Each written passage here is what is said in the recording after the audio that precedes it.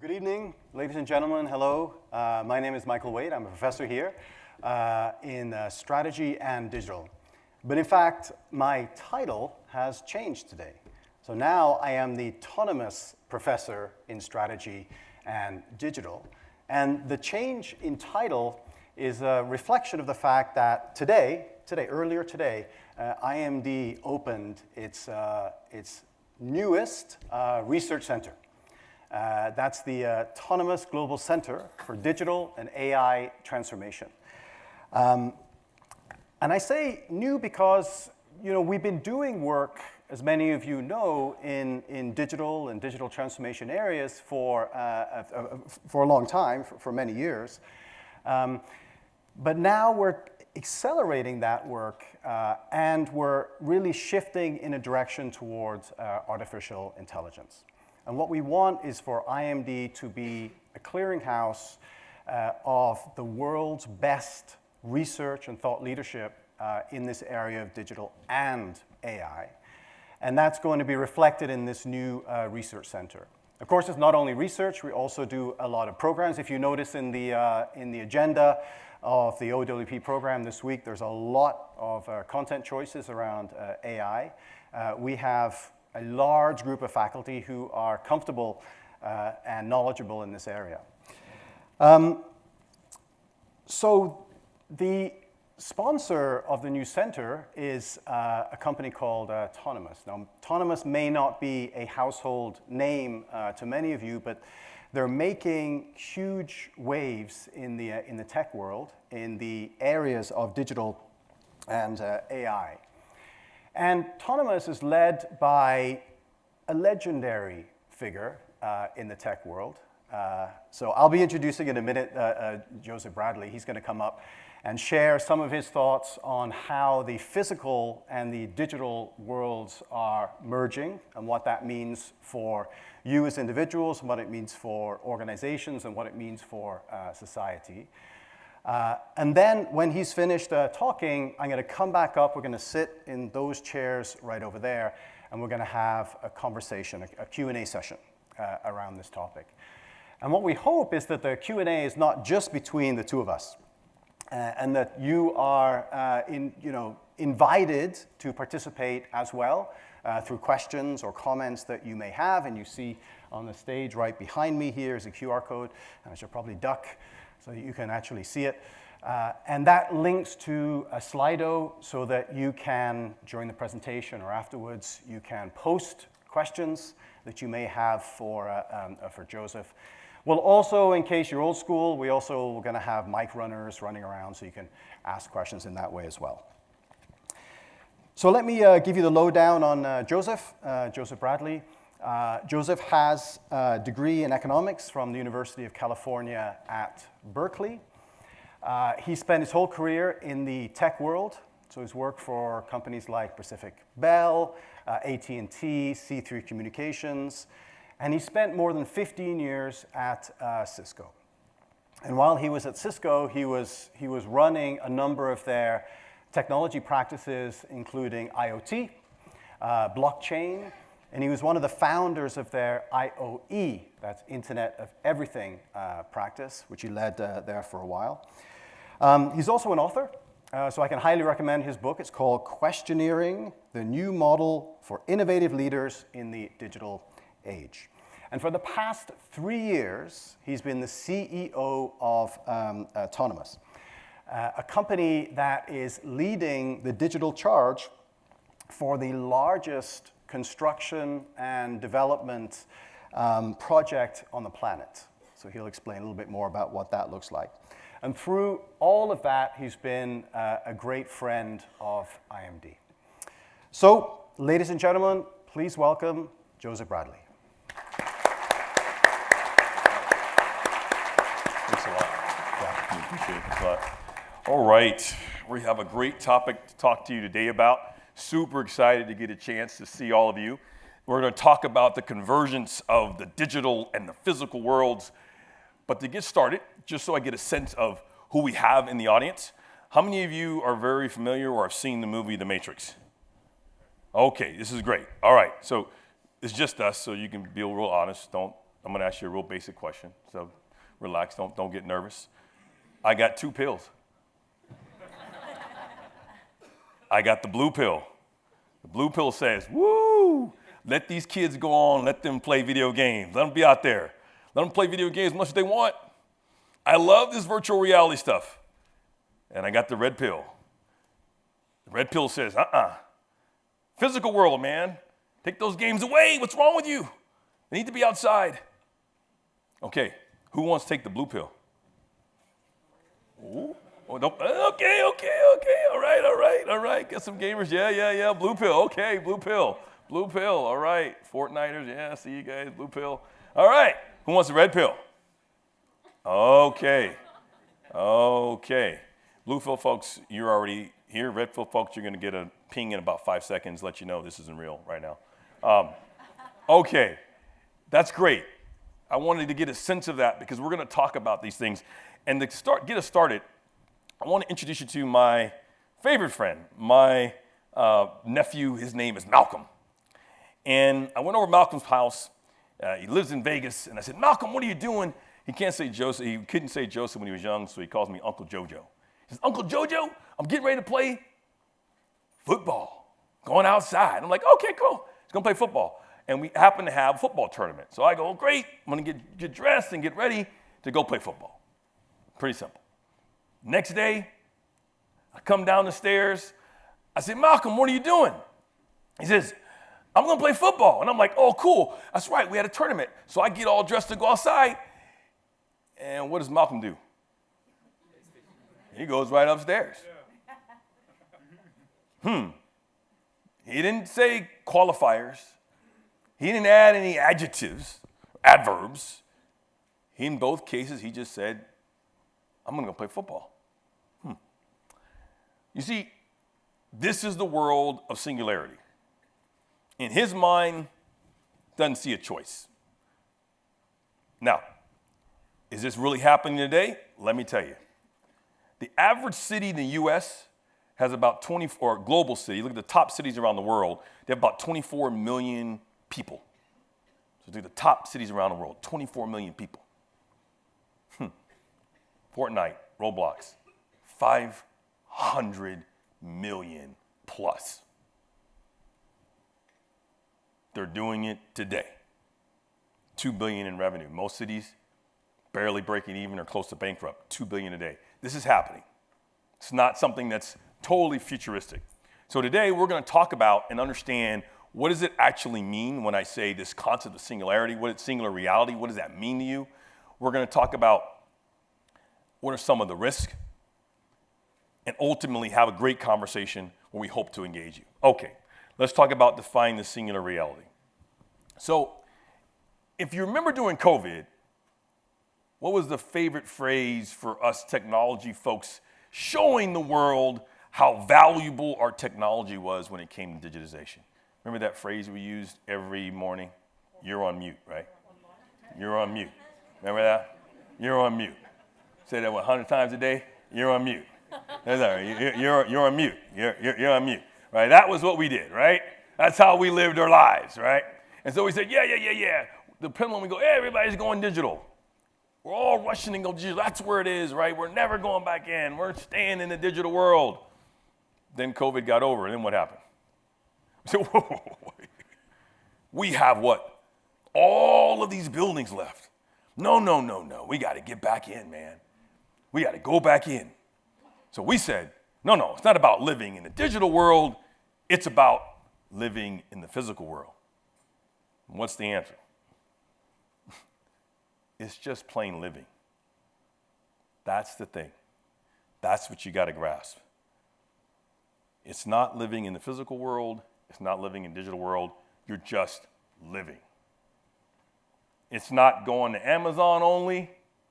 It ain't going into your favorite store only. You're just buying stuff, right? There's no line between the two. Okay.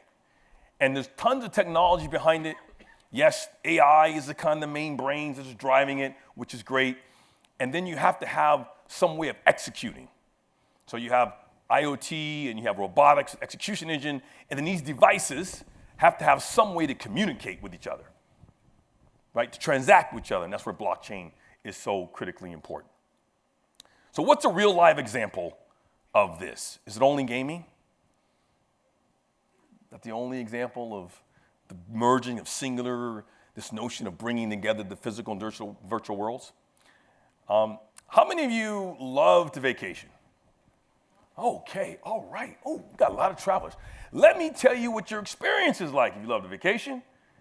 You get up, you say, oh, we got to pack. And if you happen to be a husband, more than likely, you're the one that gets to lug the luggage.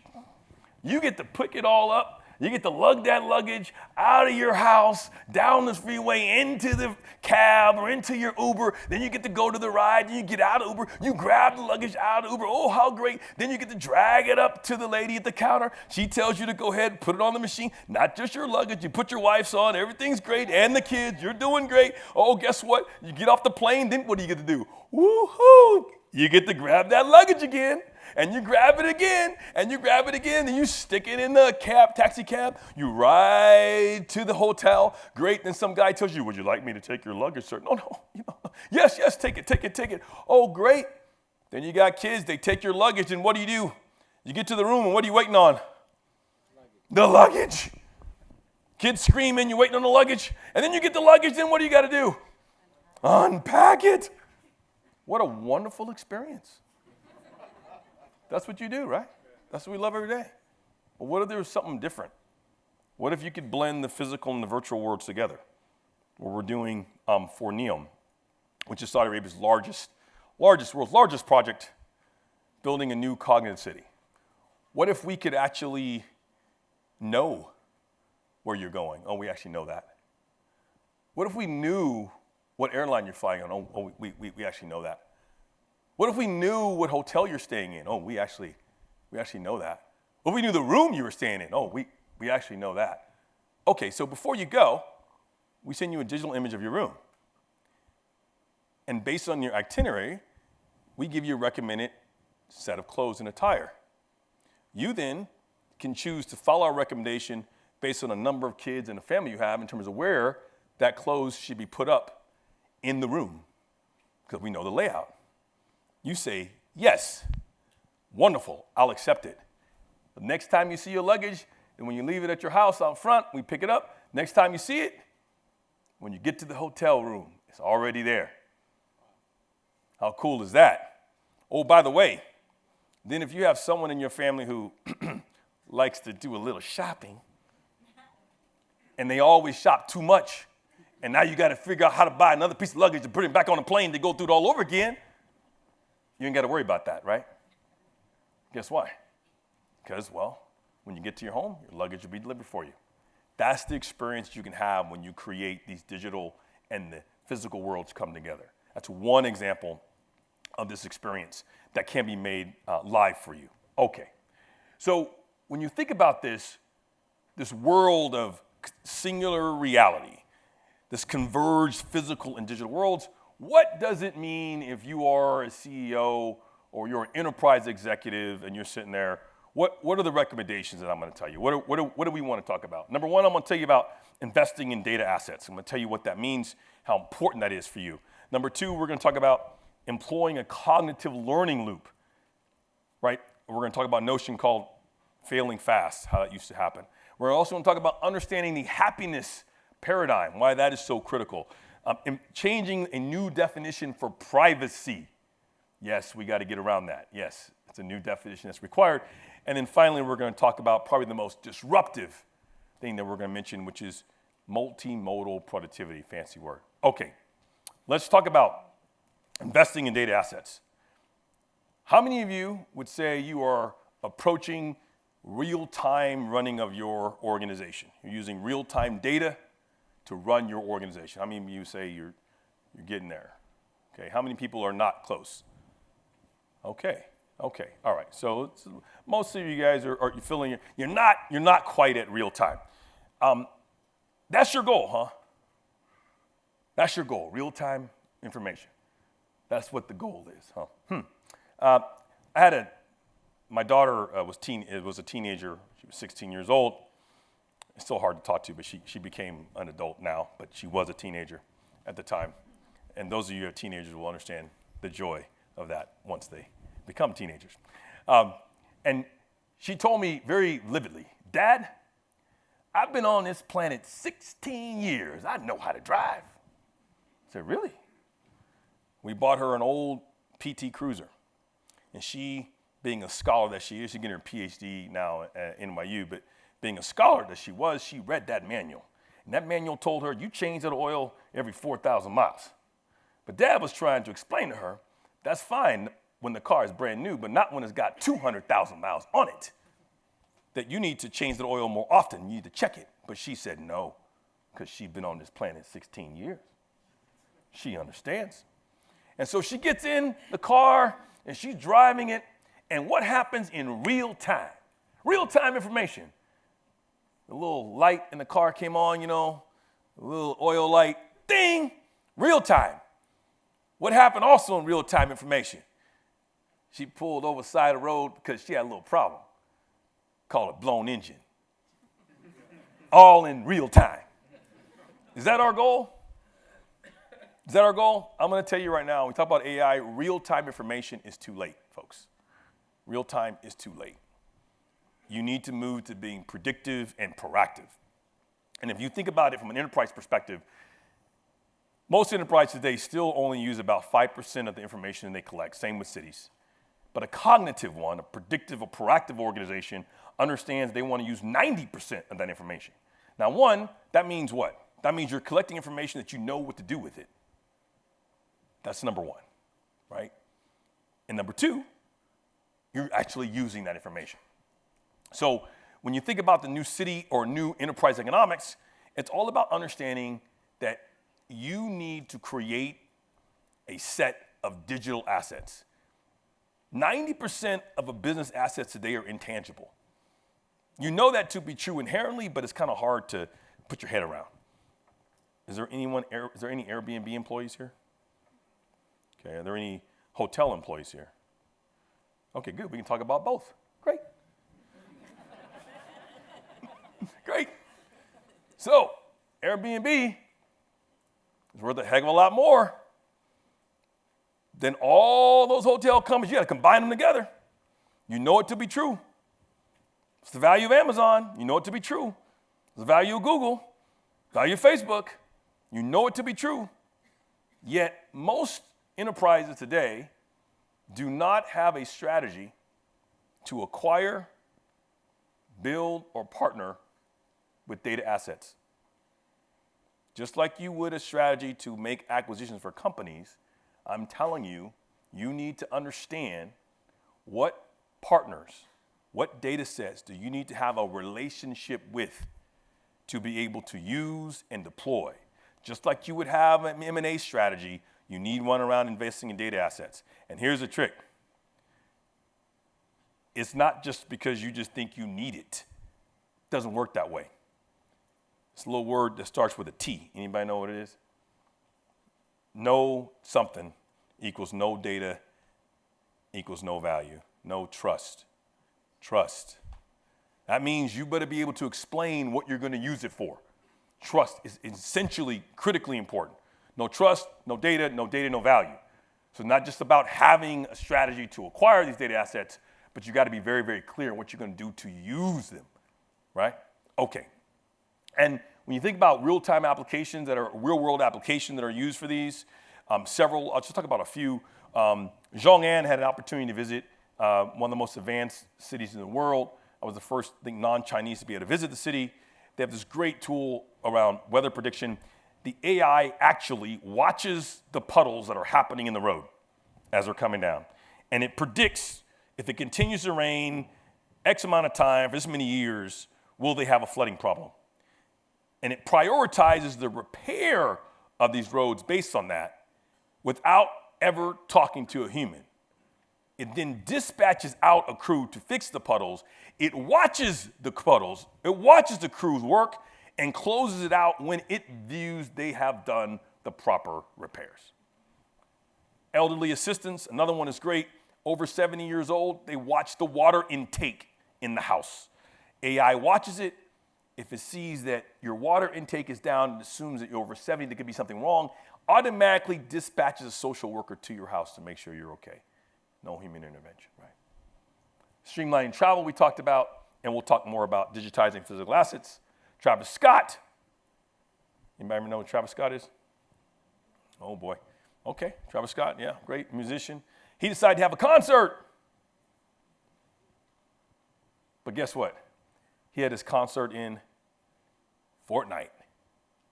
Put on a big concert. You know how many people that can attend a concert in Fortnite? A heck of a lot more you can put in any kind of stadium.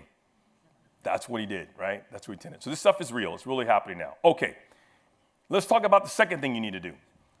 Employing a cognitive learning loop. How many of you, especially when AI, it's an old phrase, but it's coming back now. How many of you have heard about failing fast? Okay, all right. This is a notion. This is really, really important.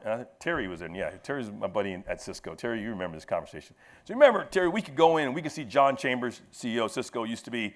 We can go in, me and Terry, we can go in to John and say, John! He said, yes, Joseph and Terry. I'm going to say, woo! Let's high five, man. We lost $1 billion, but don't worry, we lost it quickly. We lost it in a quarter only. Let's celebrate, man. Let's high five. Right? We fail fast. What's the problem, man? When we lose another billion, another quarter, I can do it. I'm gonna get promoted, right? Right? No, it's not about failing fast. It's about improving and accelerating your rate of learning. So when you think about AI and what you're deploying in your organizations, you have to have a closed learning loop. That means it starts with you, you make an action, it understands it, it analyzes it, makes a recommendation, it understands what you did, why you did it, gives you a recommendation. You have to have that closed learning loop. It's essential. It's essential in everything you do, right? Very, very important. Okay. So many times we talk about AI, and if we said, what is the primary focus? Many of you would say efficiency, because machines are really good at that, really good at that. But is that the goal? So let me give you an example. So there was this great store, and they decided that, you know what they wanted to do? They wanted to improve your shopping experience. And so they said, we know how to do that. We're going to shorten the amount of time it waits for you to be in line. So you know what we're going to do? We're going to allow you to check out yourself. What a great idea. The AI machine says, hey, look, we can shorten it up. It's awesome. Let's do it. We're going to increase our customer satisfaction. What do you think happened? So they did it. But then you know what they figured out? Wait a minute. The people that were coming to our store, they were more senior in age. And they came to the store not just to buy things, but they came to the store to have human touch, to talk to people. So you know what they had to do? They created a slow checkout line.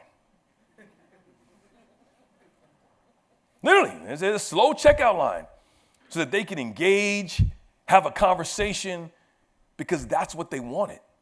Because they noticed they had this high series of depression after COVID, and people wanted to connect. The purpose of AI is to make you the best you possible. In other words, happiness. We want to make you happy. Don't ever forget that. Do not assume that you want to simply improve efficiency metrics. There's a human, there's a real live person at the other end of this conversation at some point in the loop. And so you need to make sure that you are always focusing on and understanding what we call the happiness paradigm. Okay, privacy. How many of you really value your privacy?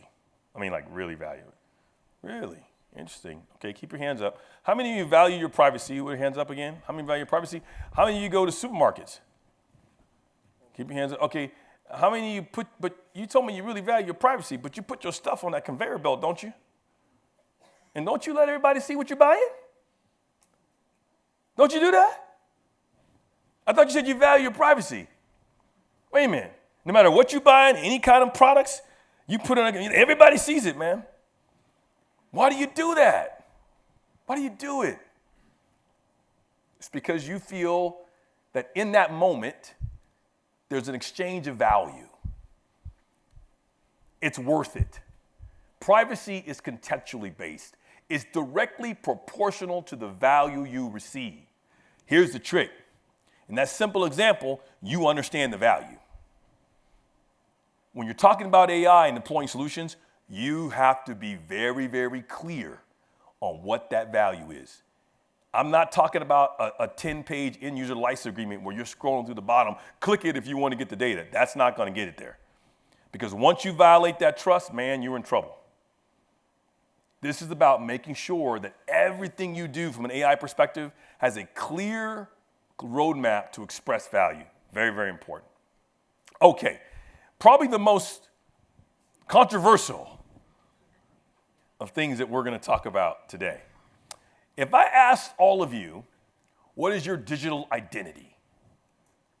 Many of you would say Instagram. Some of you would be bold enough to say Facebook. The real cool people would be like TikTok. They whisper it if you're in the US, TikTok, right? But all of those things are static, meaning there's no intelligence behind them. You post a post or you go on, people might send you a message and you respond. But where we are going, where we have arrived to, is those digital identities become digital sapience, if you will, or they become cognitive. Those digital identities become cognitive. That means there's an AI model behind them, understanding your desires, understanding your traits, and it's able to present you with decisions, recommendations, and allow people to interact without talking to you, but it is aligned to you. So the first one, me as a CEO, my team, they got tired of coming in and me ripping them apart for board presentations. The new strategy team, they kept coming in and going, I go, try it again. I can try it again, guys. And they said, Joseph, okay, hold on.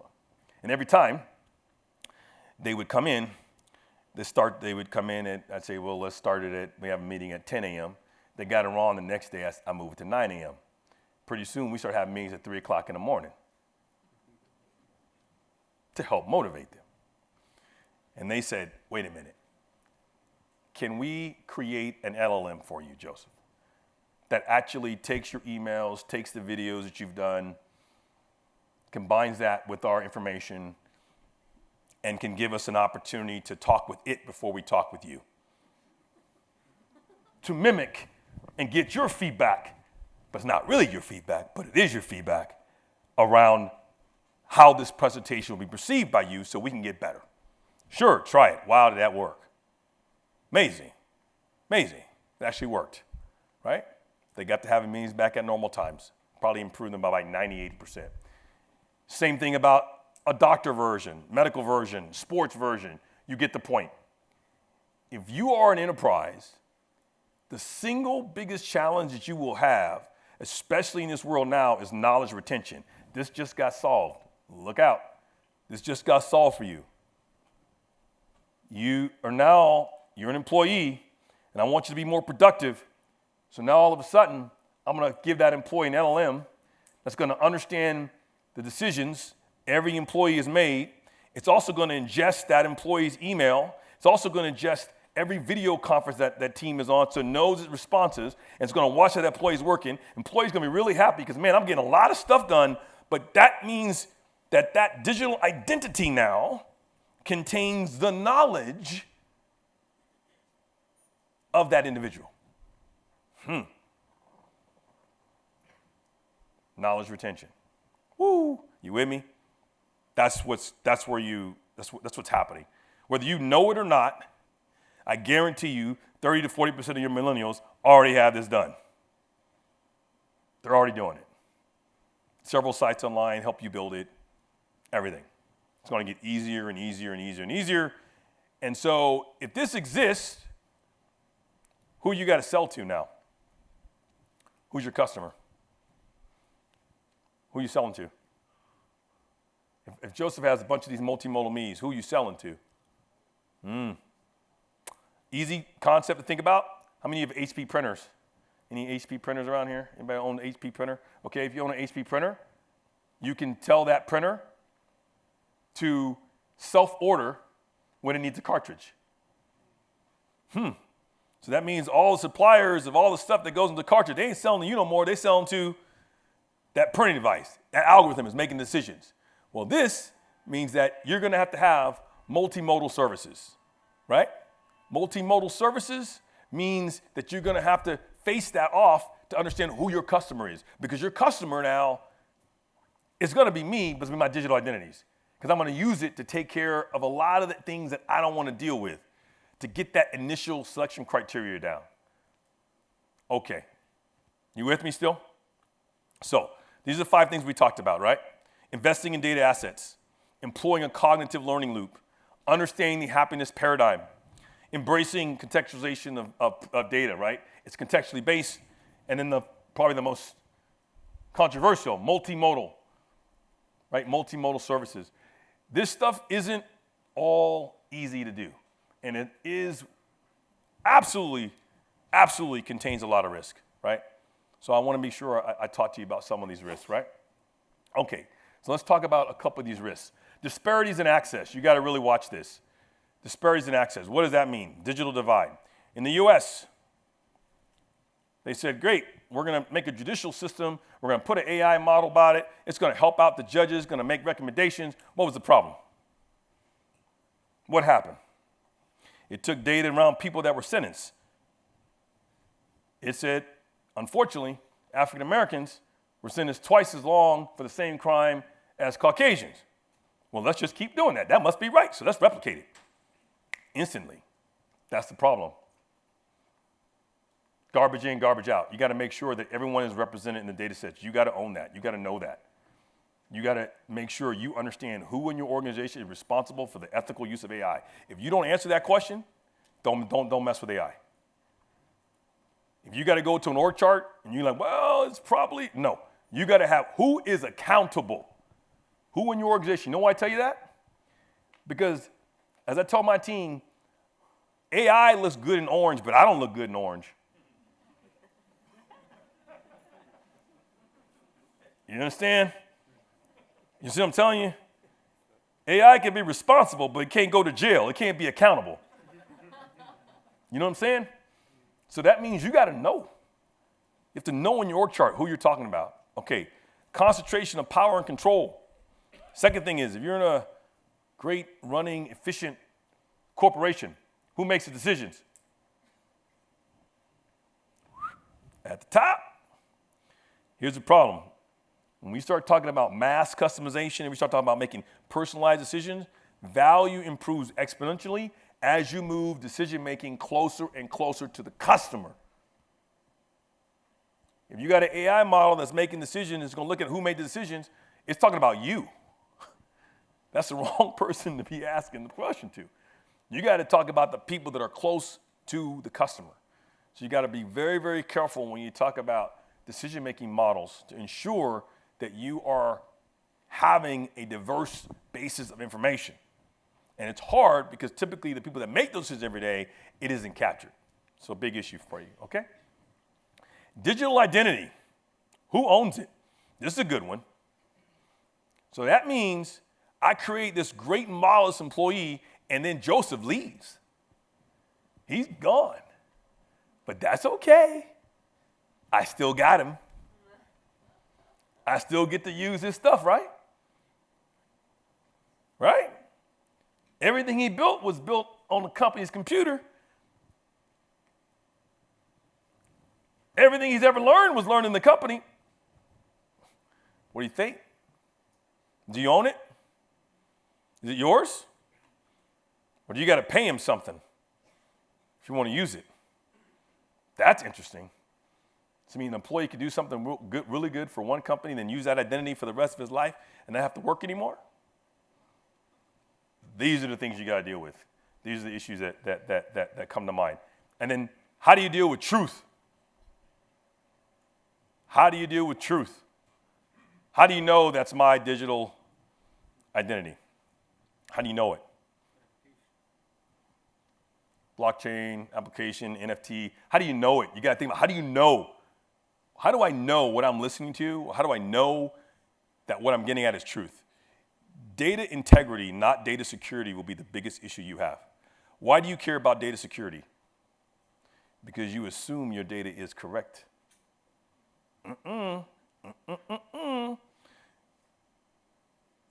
If data is not correct, you don't care about securing it because we haven't be no value. So you assume today that your data is correct. Can't do that anymore. You got to worry about data integrity. I'm not talking about it being manipulated from a cyber perspective. I'm talking about you got to make sure that your data is correct. Data integrity will become your primary issue, right? Okay. So these things we talked about today, right? Investing in data assets, employing a cognitive learning loop, understanding the happiness paradigm, embracing the contextualization of privacy, preparing for multimodal productivity, and we talked about the risk that we see on this side, right? The risk on that side. Okay. The singular reality is here, folks. It's not something out in the far distant future. It's here. So if it's here, why are we not embracing it? If it's here, what's the problem? We're the leaders of many corporation enterprises. It's the leaders. We're here. If it's here, what's our issue? Uncertainty. Uncertainty. When I talk to CEOs around the world, my peers around the world, this is probably the highest level of uncertainty that we've had to deal with around a variety of issues. They're uncertain. I know a bit about uncertainty from a personal perspective. And I learned this, and there was a message and a very important message that I got from one of the people that were helping me through. 14, 15 months ago, worked out, no problems, very healthily. I was diagnosed with colon cancer stage 3, completely out of the blue, about 14 months ago. And when you're faced with something like that, that draws uncertainty to the maximum condition and makes it very, very, very personal to you.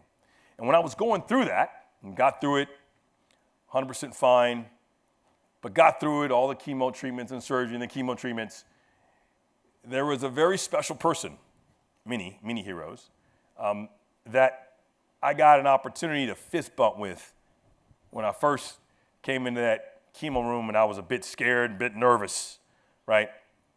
And she told me something very important that I will leave with you. She said, when you're dealing with uncertainty, you don't worry about what you don't know. But you wake up each and every day and challenge what you believe to be true. That is how you deal with uncertainty. That is what is required of us. Be a change maker. Thank you, guys. Thank you.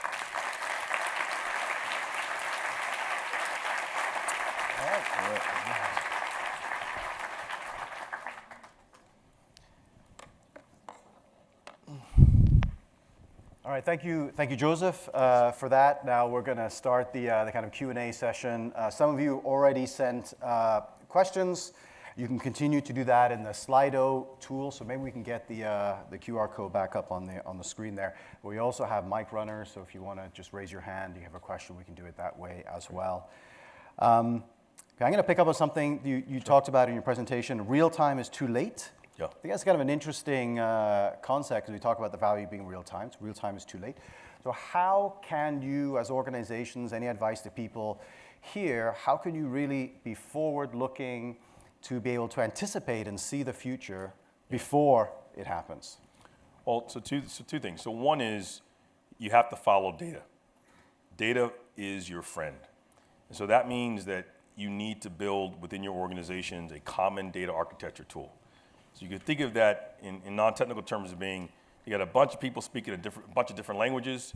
You have to be able to interpret and understand what they're saying. So a common data architecture tool allows you to tap into that information. Second thing is what I close my presentation with, which is a philosophy that we have at Autonomous, which is, look, we have to build for a city that doesn't exist. We got to build for a city that we know fundamentally whatever we do is going to be wrong. And so how do you think about that problem? Well, the best way to think about that is to concretely think about what you know today, not worry about predicting the future, and challenge those beliefs as to whether you believe they're true or false. That gives you ability to step by step into the future, but more importantly, it tells you what you need to do today, right now, to prepare for that. So start with an understanding of what it is that in your organization that you believe to be true. As an example, is it really critically important for a retailer's experience for us to give them a fast checkout? Is that really the case? If you're in maintenance and repair, is it really about ensuring that we fix the problem in the shortest amount of time, or is it about not having the problem in the first place? These are the types of basic things that you want to be able to get at and address. So that's how we think about it. And maybe a related question, you talked about failing, not about failing fast, it's not about failing, it's about accelerating the rate of learning. Yes. I thought that was a very interesting comment. So how can you do that? How can you accelerate the rate of learning? Sometimes old is new. And what I mean by that is 20 years ago, my first manager at Pacific Bell taught me something very, very simple, but I've learned it and been hugely successful in my career is when there is a problem, make sure you understand why. Very simple. When there's a problem, make sure you understand why. In today's world, we're so concerned with executing and fixing it, many of us forget to have the basic, simple, tell me what happened and why did it happen after this problem is done. Because in the middle of it, you're trying to get it done and get that. But you got to go back while it's fresh in your mind, and you got to have a review to understand why this happened. Now, you don't have to have it at you personally, but every level does. And that is a very basic, very, very simple way to be able to understand and make sure you have accelerated learning. And then as you get from a technology perspective, you have to make sure that the systems give you a sense of cause and effect. And what I mean by that is you have to know who did it and what was the result. Now here's the thing. If you use this as a punishment tool, you can forget it. The inmates will run the asylum. They will figure out a way to game the system. If any of you ever built compensation plan for salespeople, good luck, man. I'm telling you, that doesn't exist. They're going to game the system. So what you got to do is, it's very important that when you build this learning loop, you got to use it for learning. If you use it to punish or you use it as a different tool, it won't be valuable. So you got to truly use it for learning, not for any type of HR action of that sort. If you do, the data that you get won't be valuable. And have you done this at Autonomous, built systems, processes, tools, incentives to make sure learning is happening and captured? Let me tell you, man, if our connectivity people were here, they say, yes, we have. Yes, definitely on the connectivity side, also on the security side as well. For cybersecurity is really critical. Cybersecurity is really important to be able to see that, but yes. Another question that came from your presentation, multimodal services. Yeah. It kind of anticipates the wider discussion that we're having this week in many of the sessions around the impact, the implication of AI on workforce. Do you have an opinion on that? Is it a substitution? Is it augmentation? Is it something both? What do you think the impact is going to be of AI on workforce? Yeah, hot topic, right? So Short answer is it's going to be disruptive in the short term. I think in the long term, we're going to create a lot of value. And what do I mean by that? If you think about travel agents, we said, oh my God, when this internet comes out, there'll be no more travel agents. But all these travel agents, no more travel agents, you're gonna lose all these jobs. What happened? Travelocity. The job changed. What you're gonna see is the jobs and the roles continue to evolve and change. You are gonna have some short-term disruption, but you're gonna see that. You're gonna see it in the environment. You know, if I showed you quotes of what they said about when the calculator was created, what do you think people said? Kids will be ruined. They'll forget how to do math. It's gonna be horrible. Here's the interesting thing.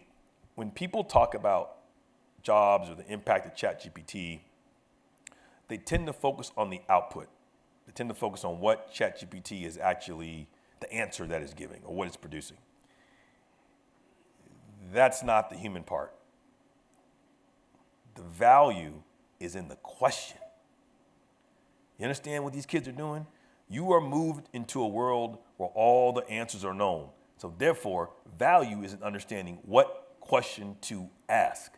That is where the humanity is. That is where the creativity is. If you can think it, you can create it. 80% of your business right now is built on execution. That's going to change. Execution is going to become the easy part. What to execute? That is going to be. So all those kids that you made fun of, you know, all those parents whose kids told them they want to major in sociology, philosophy, and everybody said, what are you getting PhDs in that stuff for? You don't never make any money. They're about to have the last laugh. It's the rise of the humanities, those people that are able to think and articulate. You got to learn to write cursive. You got to learn to code. Uh-oh. That's the world that you're moving into, right? That's the world you're moving into. Last thing I'll say, I can't wait till my nephew, he's 8 years old, and I can't wait till he starts driving when he's 16. I told my wife, Laura, I said, you know the conversation he's going to have? He's going to say, can you imagine these dumb people? Can you imagine having to sit in a car and stay focused on the road for 3 hours at a time? What was wrong with these people? Who would do something like that? That's the world, right? That's what you're going to see. So I think you would do something like that because you're a big car guy. I know Yeah, this he's about car you. Well, it'd be like riding horses, right? It's a pastime. Exactly. It'd be a pastime. You want to go drive a car? Yeah, safely. Not on the road, of course not. But let's go to a stable. We can drive the car. That's what it's going to be like, right? So there's quite a few questions coming up here. Okay. We're not going to get to them all, but there's quite a few that are people who are curious about your day job. Autonomous. What is autonomous? What are you doing? What is NEOM? What is the link between autonomous and NEOM? Maybe you could explain a little bit about that. So Saudi Arabia, the Crown Prince, MBS had an incredible vision. He said, I want to build a place where people and technology can live in harmony together, where we can actually not just maintain the status quo, but we can actually replenish the planet. And he began to talk about this, and he called this place NEOM. And he announced to the world that this is the location in the world that he was going to build. And NEOM has 5 regions. Think of those as cities. The one that gets the most attention is called the Line. It's a city that's built in a line, but it's not just built in a line. It's 172 kilometers long. It's the longest single connective building that'll be built in the world. It's 500 meters tall. Tall Empire State Building, taller than the Eiffel Tower in Paris. 500 meters and 300 meters wide. So you can imagine a building like this and you put it on its side, okay? And that will house a tremendous amount of people, up to, I think, 200,000 by 2030, and then up to a population of, I think, as many as 7 million, I think is the ultimate goal. And you say, why would you build a city in a line? Well, if a city is your hand, and this is the amount of space it occupies, if you turn your hand vertical, all of a sudden, you got 95% of this space that's now been made available. And you can replenish that, not just keep it status quo. You can bring back natural water reserves. You can bring back animals. You can bring back those things. So that is NEOM. Autonomous is a 100% owned subsidiary of NEOM. And our goal is to make NEOM a cognitive city. It's to provide all the technology required from a connectivity, from a compute capacity, from a data perspective, applications and training and tools, to provide all of that to NEOM. And at the same time, take that technology and export it to the world, because the goal behind NEOM is it's located in Saudi, but it's for the world. And so we are the full commercial P&L. So yes, we have a P&L. Our biggest NEOM is 50% of our customer base, and the other 50% is outside of NEOM. So that's what Autonomous is. We provide services to NEOM, and that's what NEOM is.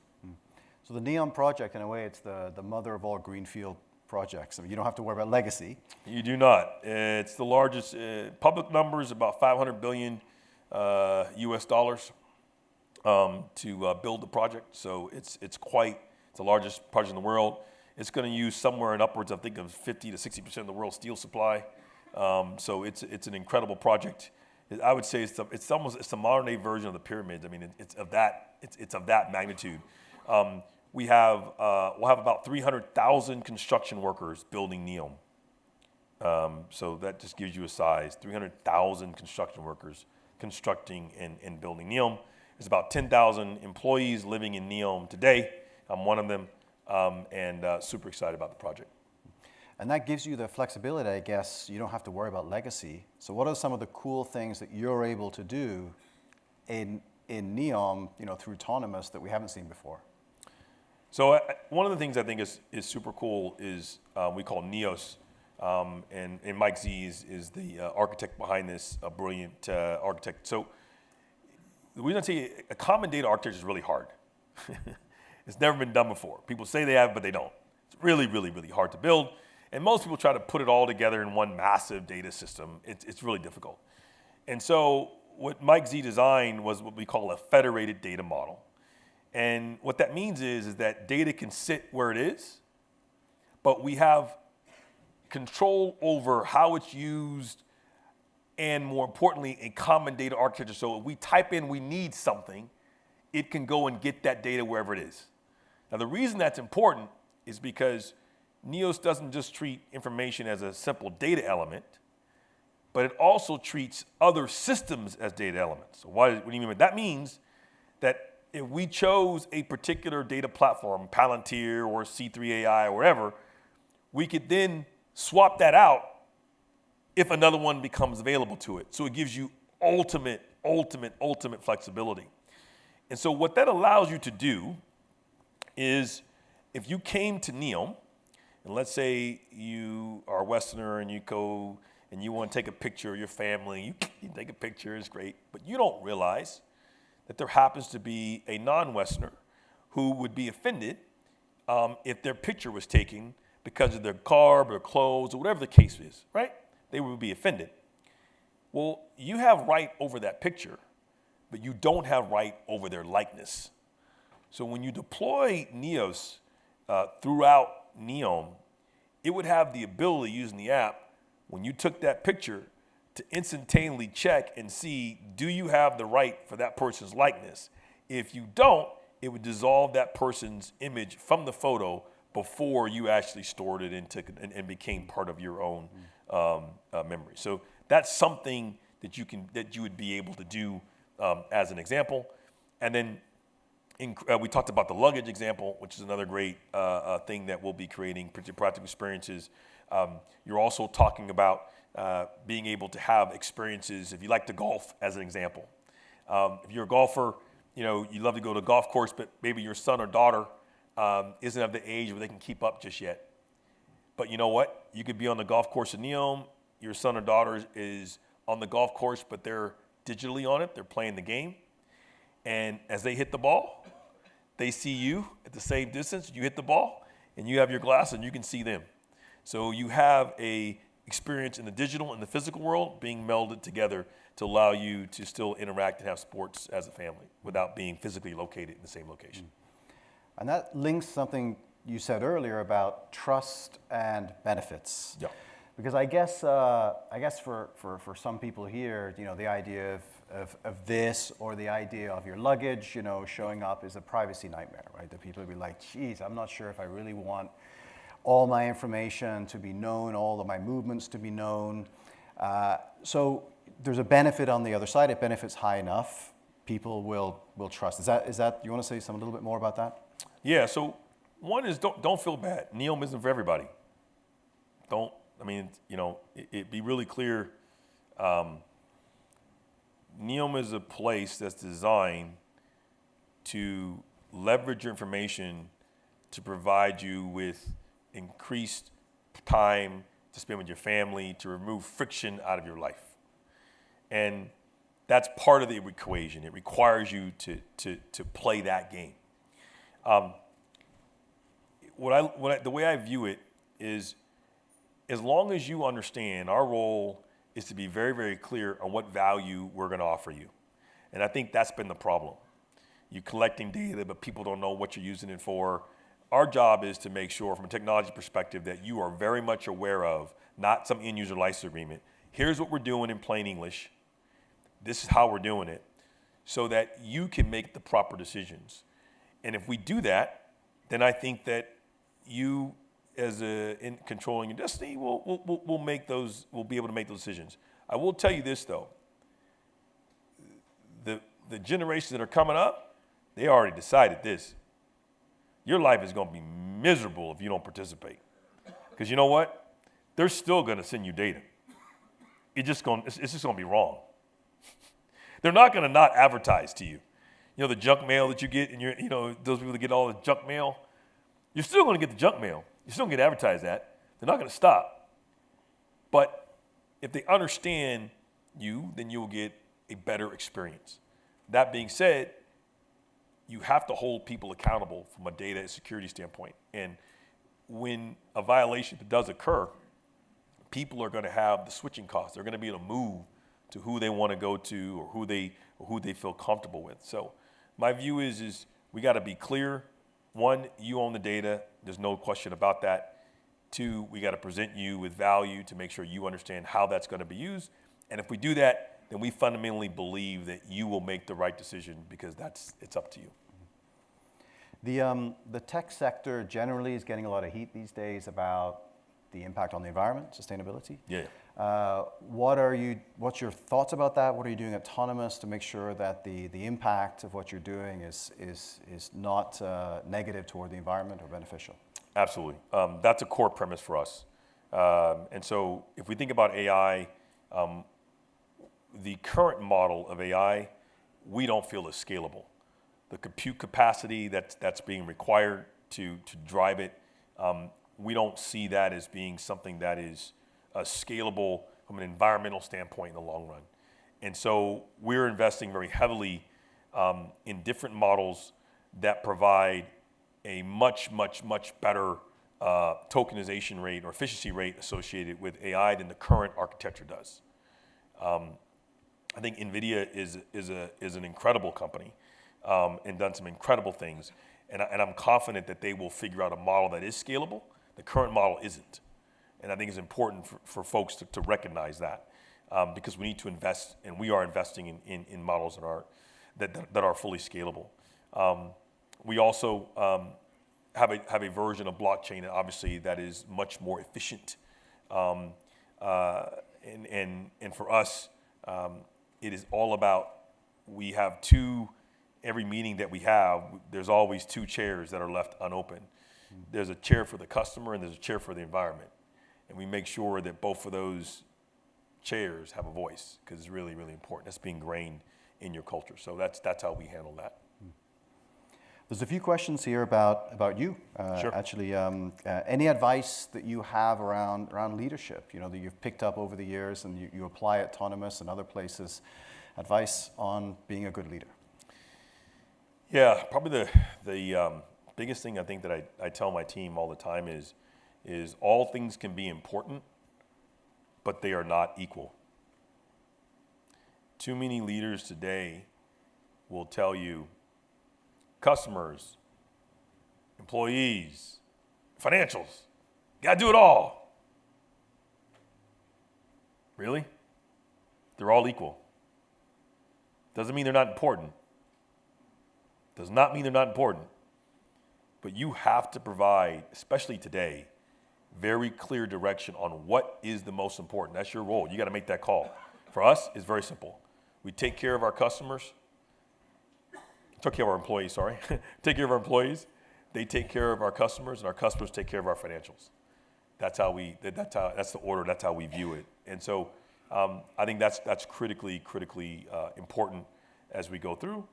And the other thing I would tell you as a leader, which I think is really important now, is it's the time for you to be vulnerable. It's the time for you to be vulnerable as a leader. Meaning, your people need to understand that it's okay to make a mistake, because you're going to make a lot of them right now. The level of uncertainty is too high. And so I do a soundbite every week with my team. So every week on my team, it's not professional. We don't go into a marketing room. I get in front of my Mac and I record a 2-minute message to my team every week. Very transparent. And I typically talk to them about a mistake that I have made. Something that I think I could have done better. And when I do that, it lets everybody else know in the organization, well, if Joseph said he made a mistake, then maybe it's okay for me to make a mistake. And before you know it, you got people who are being very open and transparent and solving the problems today, because right now is the greatest level of uncertainty that you're going to have. I mean, the uncertainty is so high right now as a leader. So I think it's critically important. And then the last thing I would tell you is, man, diversity is not enough. Now look at this room, diversity is not enough. Diversity is the potential to create value. Inclusion is the realization of value by driving full participation. That means I can have a diverse organization, but if the 2 Americans are the only ones that are talking, there's no value being created. So that means you as leaders have got to really push towards inclusion, and you have the technology to help you do that. You're in a conference call. It can tell you only 1 or 2 people are talking. If they're uncomfortable, use the Q&A session.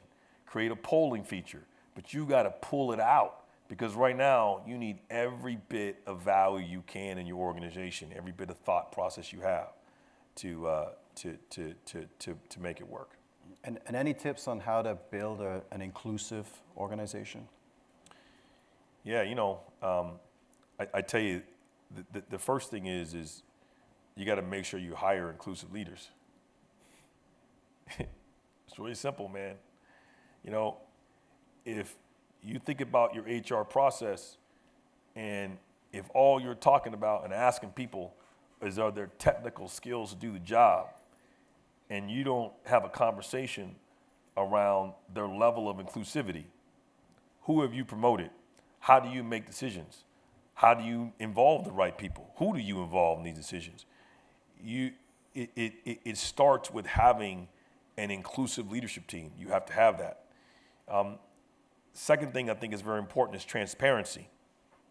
So typically, non-inclusive organizations are such because they're worried about making a mistake, worried about being transparent, worried about how do I communicate. And so you need to make sure that you're increasing the level of transparency in your organization. And that means ensuring that your people and you are having proper one-on-ones, old-fashioned one-on-ones, right? Sometimes old is new, right? Measuring that. I'm surprised I asked leaders, I go, I love the Jurassic Park example. Remember Jurassic Park when the guy was talking about chaos theory? He goes, well, how do you know all the dinosaurs are female? Unless you go and look. How do you actually know? I asked leaders all the time. I said, well, do your people have one-on-ones? They go, yeah, of course. I go, well, how do you know? Well, how do you know? You better figure out. You can do a questionnaire, that's an easy one.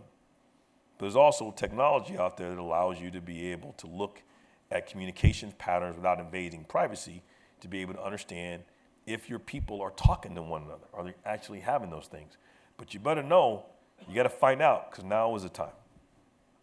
There's a question here about any advice you have on the management of multidisciplinary teams. I guess you have many of those, and people here probably have those as well. Yeah. Any thoughts on that? Yes. The thing I would tell you when you're managing multidisciplinary teams is make sure you have what I call a morning report. That's a report that every day you wake up in the morning, what are the things that are doing well in your organization, and what are the things you need to focus in on? It tells you can't manage multidisciplinary organizations blindly.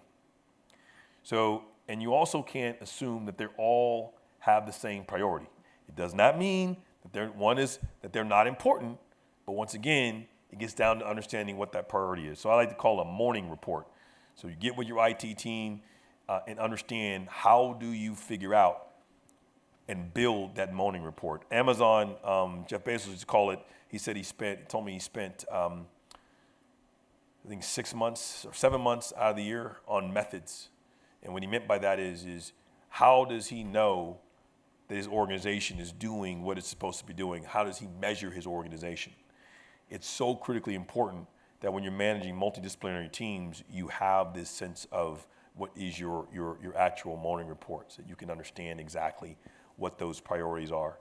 The other thing is I'm, again, old school show me style of management. When you're managing multidisciplinary teams, you can go around and you can meet the team and someone tells you, this is typically what they do is they say, yeah, this is what I do. And we say, oh, that's great. And then you go to the next person. And then try 2 words. Oh, really? Show me.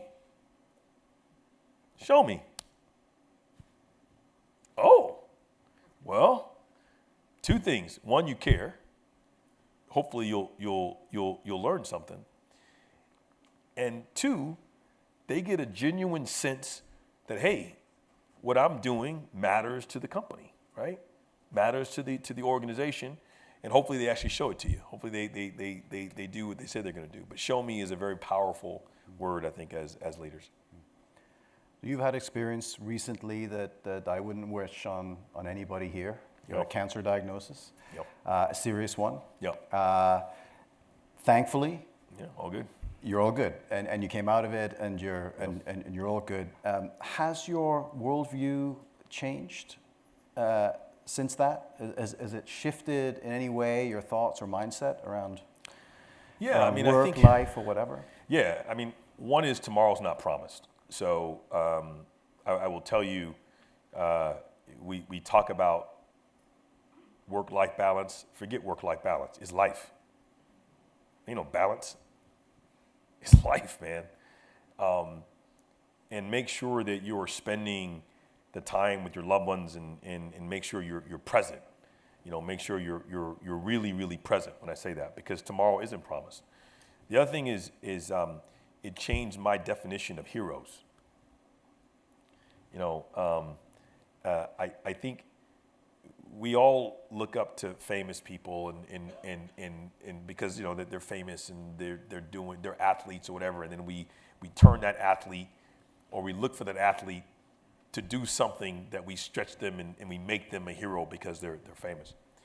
And what I learned is, man, you want to see heroes, man, you need to walk into any hospital and go to any cancer ward, and I'm telling you, man, they're heroes every day. They are, unbelievable, the strength these people have. For me personally, that was I remember telling my wife, I was a little scared, but man, this lady's like 70 years old, man. She's 70 years old telling me, I got this. Well, I got this, man. Okay, all right. And it's just, there are so many heroes each and every day. And I think we just got to look a little bit harder, look a little bit closer, because they need your encouragement. You know, they need it each and every day. So I learned a lot. Hopefully you don't ever have to go through anything like that again. But I tell you, forget work-life balance, man. Throw that balance. Take that. It's just life. It's just life. And you really understand that when you go through something like that. Joseph Bradley, thank you so much for your generous sponsorship of our new research center. We're very excited about that, you and your team who are also here today. But also thank you for sharing so honestly and with a forthright way your principles, your thoughts, your reflections on life and leadership. Thank you. Thank you very much. Thank you. Thank you.